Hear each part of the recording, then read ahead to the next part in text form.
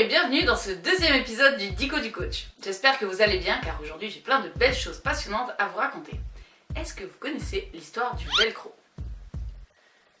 Un jour, en 1941, en revenant d'une partie de chasse, l'ingénieur suisse Georges de Mestral remarque que beaucoup de fruits de bardane sont accrochés dans les poils de son chien.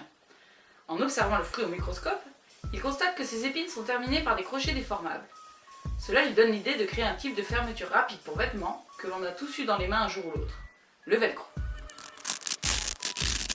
Savez-vous que le processus qui est à la source de cette innovation s'appelle la sérendipité?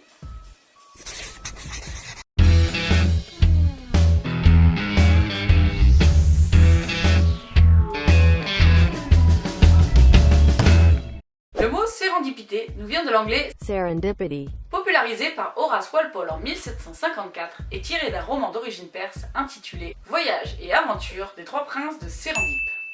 La sérendipité est un concept qui s'applique à de nombreux domaines, allant de la littérature aux technologies numériques, en passant par la recherche scientifique ou encore la cuisine.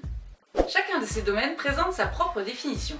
Ici, je vous propose celle de Sylvie Catelin, chercheuse en sciences de l'information et de la communication, qui nous dit que la sérendipité c'est l'art de découvrir ou d'inventer en prêtant attention à ce qui surprend et en imaginant une interprétation pertinente. En gros, c'est le hasard heureux ou l'art subtil de la découverte par accident. On retrouve bien ici le phénomène vécu par notre ingénieur suisse, celui du velcro. De nos jours, c'est devenu une philosophie de vie et c'est le mantra des entrepreneurs qui œuvrent dans le numérique, le big data ou encore l'intelligence artificielle. En effet, des milliers de petites ou grandes innovations ont pu voir le jour grâce à quelques individus qui, à un moment donné, ont su tirer profit de circonstances imprévues. La sérendipité ne se planifie pas, mais on peut créer des conditions favorables à sa venue.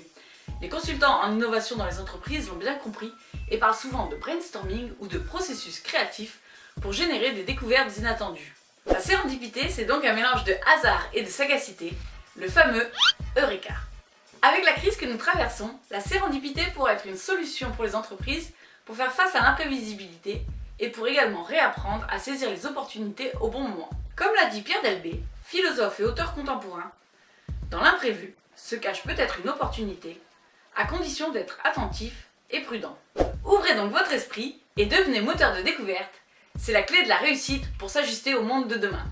Si vous avez aimé cette vidéo, n'hésitez pas à aimer juste ici, et partager juste ici, commenter juste ici, ou même vous abonner juste ici. Encore plein de belles choses sur le développement personnel vous attendent. Allez, sur ce, je vous laisse. Bye bye!